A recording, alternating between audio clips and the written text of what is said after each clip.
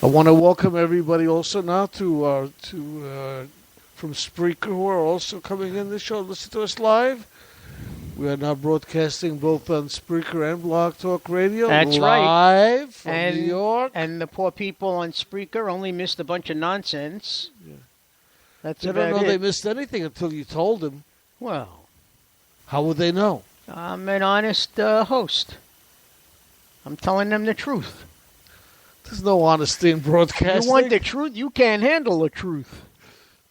There's no honesty in broadcasting. Yes, Who well, kidding? there is something to be said. Ladies and gentlemen, David Carr, I think it was David Carr, New York Times, passed away in his office. Jon Stewart this week said he's going to be leaving the Daily Show after 15, 16 years in a few months. Bob Simon was killed in New York in a terrible car crash. It's been a very bad week for journalism. And if you know something about Bob Simon, he's lived through a lot of things. Yes, he did. He was held captive in 1992, I believe, or maybe just about, by Saddam Hussein for 40 days. In Iraq. He's also a Holocaust survivor. Which he was a baby at the time, but he still survived it. He was born in 1941. When voices like this go, it's like when Walter Cronkite retired. I mean, he was broadcast news. He was the last, the most trusted man in America for his day. Okay, people trusted him more than they trusted the president. And who's become the least trusted American broadcaster right now? Well, you really can't. You can't count Brian Williams in that because, for whatever reason, Channel NBC News is making an example of him. Yet the very people who led us into the Iraq War. And you know who these people are. I don't have to mention any names, but I will anyway. Wolfowitz, Cheney, Bush, Condoleezza Rice. Well, what about, all these people are walking around free. What does that got to do with anything? Well, the channel NBC is making an example of Brian Williams, and it's very possible that he certainly didn't do it for his own aggrandizement. Brian Williams had a following of his own. He didn't have to manufacture these things. Well, it seems like he manufactured more than one or two, for what everybody's saying. My sentiments are with him. Listen, how many of us can remember things that happened 10 and 15 years ago? Okay. Yeah, but, he should know if his helicopter was shot. Come on. He said it right after it happened that his helicopter was shot. Everybody in his... Well, I think you're looking to make an example of him like NBC is, but... He took off and gave himself... to his own credit, he took himself off the air. Before anything came out, because I think he knew it was going to... No, he legitimately took himself off the air. Because he knew it was going to hit the fan. I still trust what he says. Not necessarily that this was the truth. Obviously it wasn't. But the bottom line, I think many people within the news industry are also saying that, that NBC is just making an example of him. Well, what did NBC do to him? What? What did they do to him? He's suspended for 6 months without salary. Okay. What should be done to him? What was done to President Bush and Cheney? What was done to Condoleezza Rice? What did they do? What did they do? They only led us into war. They lied. But this is a religious show, so let's keep it first thing is religiously based. Well, let's not say what they lied or they didn't lie. Some of them were led to believe what they were doing was the truth. We're not saying it was, but they felt it was. And one, two wrongs don't make a right.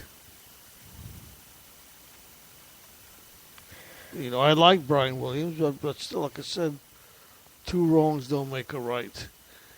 And that's the end of it, Mark. I mean, You're making a big deal about it, not me. Why are you saying two wrongs don't make a right? Because you're saying, well, what Bush did was so terrible, which it was. I opposed them going into Iraq and all that. I just don't feel one thing has anything to do with the other. That's all. In your mind. I said I don't feel that one thing. Okay, in your mind. Yeah, okay. Isn't that what I don't think means? Well. Yeah, that's all I can say, that's... Anyway, ladies and gentlemen, the reason why I'm pushing Mark a little bit, because when he gets a little aggravated, he turns his head and doesn't look this way. And he was turning his head and watching a TV. She was better looking than you were. She was better looking than you were. What do you mean? So I knew he was aggravated.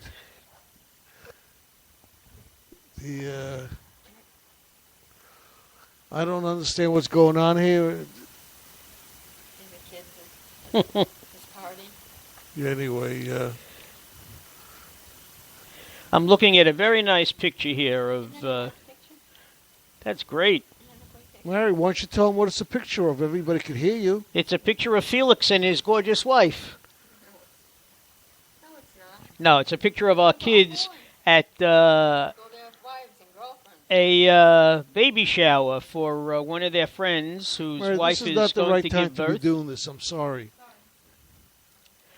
Not now. Well, I think they all took a very nice picture.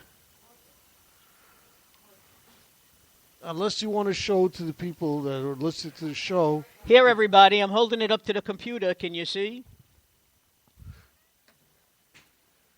You get distracted so At least easily, you get Mark. pictures sent to you. I don't get any pictures sent to me. Mark, you are really unprofessional. I'm sorry to say that. I just can't do the show with you anymore, Felix. I'm sorry. We may have a parting of the ways. Okay. All right. Mary, you got to send this to me so I can complain to my son. All right, folks, we're back. Well, it's either I say something like that or I argue with you, and I'd rather say something like that. Say what? It's all Friday the 13th. What can I tell you? I walked under a ladder today. Yeah. Anyway. But I must say... I'm dumbfounded. I don't know what to say. Dumbfounded or dumb? Both. Okay. Ladies and gentlemen, I tried looking up Friday the 13th, and I got a lot of information about the series, Friday the 13th. Okay. Absolutely nothing about anything except for triskaidekaphobia, which is the fear of the number 13. Okay. Or the fact that, as the Rev did, we played Monster Mash, which is usually played on Halloween, which is on the 31st of October, which is reverse the numbers and you get 13. Okay, the only other information I got was that, believe it or not, at the Last Supper, okay, there were 13 people at the table, including Jesus and Judas. So I know in the Jewish religion, a boy is bar mitzvahed at 13 and a girl is bat mitzvahed at usually 12, but it can be 13. So that's the only thing I know about the number 13. But we did manage to find some information about Valentine's Day, which happens to be tomorrow. First of all, the only people who make a killing is Hallmark cards, florists, chocolate makers, candy makers, stuffed animals. These people make a killing because for some reason, and it's mostly men, whether it's guilt feelings that they have year-round or, it's been put upon them that they have to get their wives flowers and candy and jewelry, etc., etc. What can I tell you? But the Catholic Church recognizes a couple of men who were St. Valentine for being martyred. Now, it seems one lived during the reign of Claudius II. Now, the Roman Emperor Claudius decreed that soldiers should not be married because married soldiers were not good fighters. They worried too much about their families that they left behind. So they had to be single. But to rebel, many soldiers wanted to get married. So Claudius, Valentine, performed the marriages anyway. And when he was found out, he was martyred. Okay, now this is obviously after Catholicism was spreading. Another Christian named Valentine was imprisoned by the Romans, fell in love with his jailer's daughter, and wrote her poetry. And he was eventually also martyred, and he would write her his own poems, and he always signed it "From Your Valentine." And that's how, when you read these cards, they'll either say "with love" or it'll say "From Your Valentine," and that's exactly what it was, "From Your Valentine." Will you be my Valentine? What does that mean? And then, of course, you have the brutal murders back in the 20s, back during the days of Al Capone and Dutch Schultz, Bugsy Moran, when one gang came after another and massacred a bunch of their cohorts with those submachine guns in a warehouse, and they subsequently made a movie about it, and it was also on the old show The Untouchables, you may remember, back in the very early 60s, I believe it was. It was Robert Stack. Robert Stack. Walter Winchell was the narrator of the show. Goes back many, many years. Let's go back now. We can go back a little bit to Friday the 13th. Just, some of the superstitions, or superstitions, whatever you want to call it, don't step on any cracks on the sidewalk. Don't walk on the mirrors. Step on a crack, break your mother's back.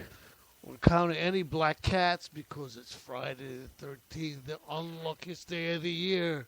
Walk under a ladder. Yeah. Okay. How many times when you knock the salt over, do you throw the salt over your left shoulder? I do it all the time. Force of habit. I know my dad, when somebody would talk about a death and somebody would sneeze, or my father would sneeze, or the person would sneeze, he'd pull his earlobe, almost like Carol Burnett, but not for the same reason, So here's some reasons why the 13th, Friday the 13th you got more information started. than me. Yeah, some of it is like what Mark said, the Last Supper. Judas was the 13th guest, and Jesus was crucified on a Friday. Right. On Friday the 13th, 1307, thousands of Knight Templars were arrested on orders from King Philip IV of France because of superstitions that their secret initiations rituals made them enemies of the faith. After years of torture, they were burned at the stake. The Vinci Code was spoken about that a little bit in Knights of Templar. Let's see what else they got here. Friday was considered an unlucky day as early as the 14th century. Geoffrey Chaucer wrote the Canterbury Tales that on Friday fell all this mischance.